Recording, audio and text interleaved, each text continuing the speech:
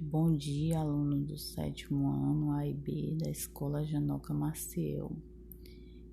Hoje é a nossa última aula desse período remoto, né?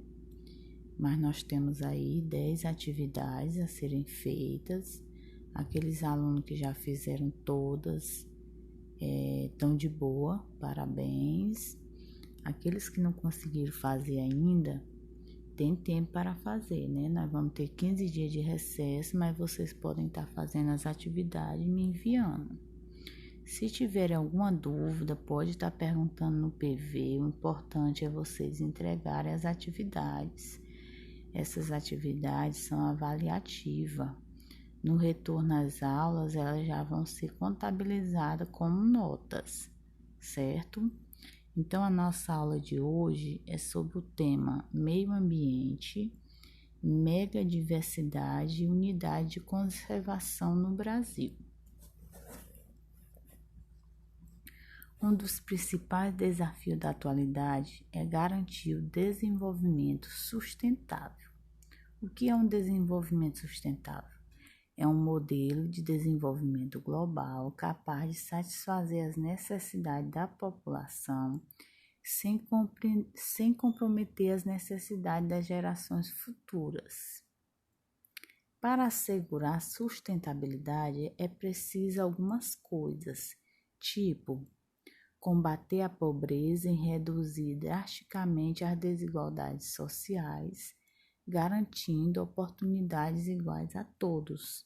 Então, a sustentabilidade ela tem a ver até com a questão da pobreza. Boa parte da população mundial atual consome muito mais do que necessita para sua sobrevivência, causando a redução dos recursos naturais do planeta. Ao mesmo tempo, a pobreza impede que parte significativa da população tenha acesso a bens e serviços básicos, como água tratada e alimentos de boa qualidade.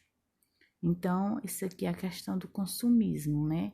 Tem pessoas que já consomem exageradamente, que até estragam, desperdiçam, enquanto tem outros que precisam do mínimo para sobreviver. Na Convenção das Nações Unidas sobre Mudança do Clima, em 1992, foi estabelecido que os países que mais emitiram gases de efeito estufa ao longo da história devem reduzir essa emissão de forma mais relevante do que as demais, embora a responsabilidade por essa redução seja de todos. Naquele momento, a ideia de sustentabilidade ganhava crescimento significativo nos debates mundiais. Certo. Então, aqui teve uma convenção das Nações Unidas sobre mudança de clima, para diminuição dos efeitos dos gases do efeito estufa, mas nós temos que entender o que é efeito estufa. Efeito estufa é a retenção de parte do calor irradiado pela superfície terrestre nas camadas inferiores da atmosfera, por causa da presença do dióxido de carbono, vapor de água e outros gases. O efeito estufa é um fenômeno natural que mantém a temperatura do ar em condições adequadas à manutenção da vida do planeta. Então, esse efeito estufa, quando existe uma poluição muito grande envolvendo gases, né, principalmente o dióxido de carbono, faz com que haja uma poluição muito grande no planeta. Então, essa convenção lá das Nações Unidas foi um acordo para reduzir, né, os efeitos desses gases, ou seja, organizar um trânsito, a questão desses geralmente automóveis que soltam esses gases. O que é megadiversidade, que é o nosso outro tema? Os países que abrigam grande diversidade de espécies em seu território são chamados megadiversos, certo? O Brasil é o primeiro colocado entre os 17 países mais ricos em biodiversidade do planeta. O primeiro. Vamos ver agora no mapa quais são esses países que estão no meio desses 17. Então, nós temos, né?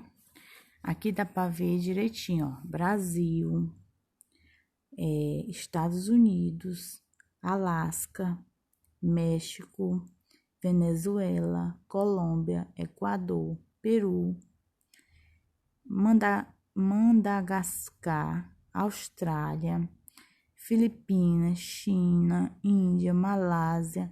E se você for olhar, o país que está em primeiro lugar, que nem disse, mega diverso, né, que tem muita diversidade, é o Brasil. Pode olhar que a área vermelha dele está maior, certo? Então, ele é um dos primeiros. Esses países são considerados mega diversos. Por quê? Porque eles possuem uma diversidade grande de espécies. O que é biodiversidade? A biodiversidade envolve toda a variedade de espécies de flora e fauna. O que é flora? Está relacionada às plantas.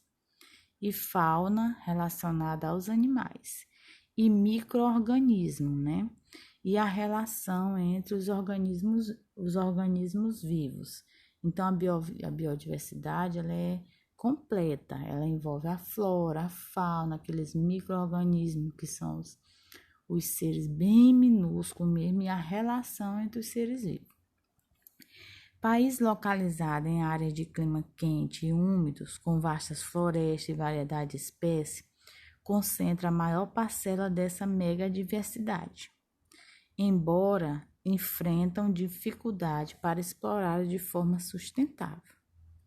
Isto ocorre, em parte, porque a maioria desses países em desenvolvimento possui menos recurso financeiro e tecnológico do que os países mais ricos, além de apresentar grandes desigualdades sociais. Para muitos países em desenvolvimento, um dos principais desafios é explorar comercialmente suas grandes áreas florestais de forma sustentável.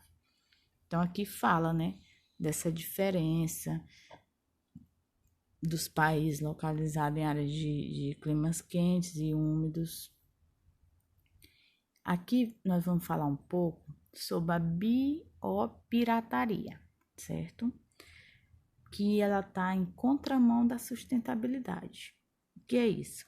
É uma atividade legal comum no Brasil, que a gente vê direto nos jornais, a questão dos CDs, né? Algumas coisas que é feito na pirataria. E isso não ocorre só no Brasil, ocorre também em outros países mega diversos. Essa prática consiste na apropriação indevida de recursos biológicos e de conhecimentos tradicionais por grupos econômicos internacionais que desejam a rápida obtenção de lucro. Sou um exemplo dessas atividades: a exploração de plantas medicinais e aromáticas e o tráfico de animais silvestres. Então, a pirataria, quando a gente vê no jornal, tem a ver com CD, algumas outras coisas. Aqui, como é biopirataria, tem a ver com os animais, com as plantas medicinais, entendeu? Que é uma espécie de tráfico. A política e a legislação ambiental do Brasil. Em 1985, foi criado pelo Ministério de Desenvolvimento Urbano e do Meio Ambiente, que na década seguinte deu origem ao atual Ministério do Meio Ambiente, né? MMA. Em 1989, foi criado o Instituto Brasileiro do Meio Ambiente e dos Recursos Naturais Renováveis, conhecido como IBAMA. Qual é a responsabilidade do IBAMA?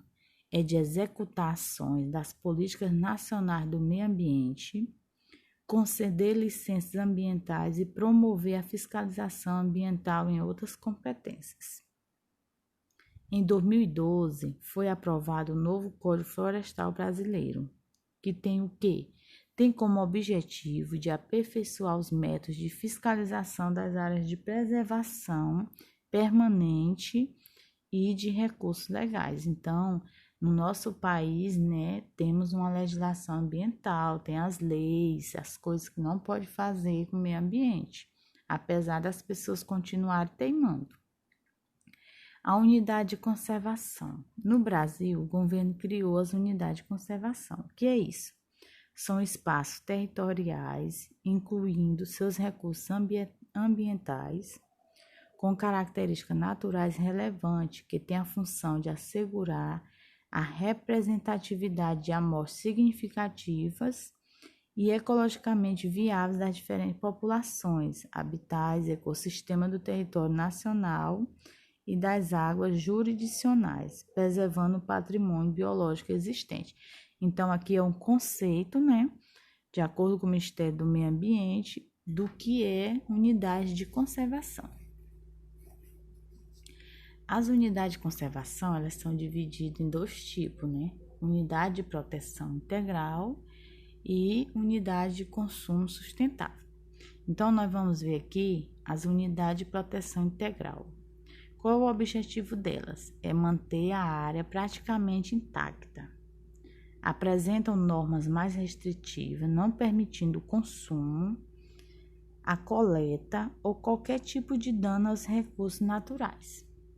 Elas são divididas em 5: estação ecológica, reserva biológica, parque nacional, monumento natural e refúgio da vida silvestre. Então, existem 5 unidades de proteção integral. Vamos ver o que é a estação ecológica. É uma área de preservação com realização de pesquisas científicas e visitação com objetivo educacional. Reserva biológica é uma área de preservação e recuperação dos ecossistemas alterados, permitindo apenas visita com objetivo educacional. Parque Nacional é uma área de preservação e de beleza cênica, com realização de pesquisas científicas, atividades recreativas e educativas. Monumento Natural, área de preservação de lugares raros e de grande beleza cênica, com atividade de visitação, pode ser também propriedade particular. Refúgio de vida silvestre é uma área de preservação para a existência e reprodução de espécies, com atividade de visitação que também pode ser em uma propriedade particular. Então, aqui a gente viu as 5 unidades de proteção integral que existe no Brasil, né? E a função de cada uma e como é que é feito o trabalho de cada. Nós vamos ver agora as unidades de uso sustentável, certo? Nas unidades de uso sustentável, a conservação da natureza é conciliada com o sustentável dos recursos naturais, sendo permitida a coleta. As categorias são 7, então existe 7 unidades de uso sustentável. A primeira, área de proteção ambiental. É uma área pública ou particular com proteção da biodiversidade e organização da ocupação humana. A segunda, a área de relevante interesse ecológico. É uma área pública também ou particular com preservação de ecossistema e baixa ocupação humana. Terceira, floresta nacional. Abriga vegetação e população tradicional nativas. Quarta, reserva extrativista. Área com população extrativista tradicional que permite visitação pública e realização de pesquisa científica. Quinta, reserva de fauna, área natural que abriga animais nativos. Sexta, reserva de desenvolvimento sustentável, área natural com população tradicional que permite visitação pública e realização de pesquisa científica. E a sétima e última unidade de uso sustentável é a reserva particular do patrimônio natural, que é uma área particular de conservação da biodiversidade, na qual são permitidas atividades diversas. Então, a gente viu aí, né? Nós temos 5 unidades de proteção integral e 7 unidades de uso sustentável. Aí tem aqui a diferença, né? Como é que é dividido? Unidade de proteção integral com o objetivo de preservação da natureza, admite apenas o uso indireto dos seus recursos naturais, ou seja, não permite coleta. E tem as unidades de uso sustentável, que admite o uso sustentável da parcela dos seus recursos naturais, tornando acessível a conservação da natureza. Então, uma não aceita coleta, a outra aceita, mas de maneira sustentável. Aí aqui eu concluo a nossa aula, né, com essa frase: estudar é um privilégio, só o seu esforço pessoal te levará a conhecer pessoas e o mundo que os acomodados jamais conhecerão, né? Então, eu quero aqui, desde já, agradecer a todos pelo empenho, apesar de inúmeras dificuldades, não foi fácil, nem para vocês alunos, nem para os pais e nem para nós professores, mas nós conseguimos atingir o nosso objetivo, né? Temos aí 10 atividades. Eu quero aqui parabenizar aqueles que já entregaram as 9 atividades, faltando só a atividade da aula de hoje. E aqueles que não conseguiram ainda, procure ajuda. Vamos todo mundo conseguir ganhar a sua nota. Se você não estiver conseguindo postar na plataforma, me procure no WhatsApp, que eu recebo por lá. O importante é você fazer, viu? E aqui eu quero deixar meu abraço e umas boas férias.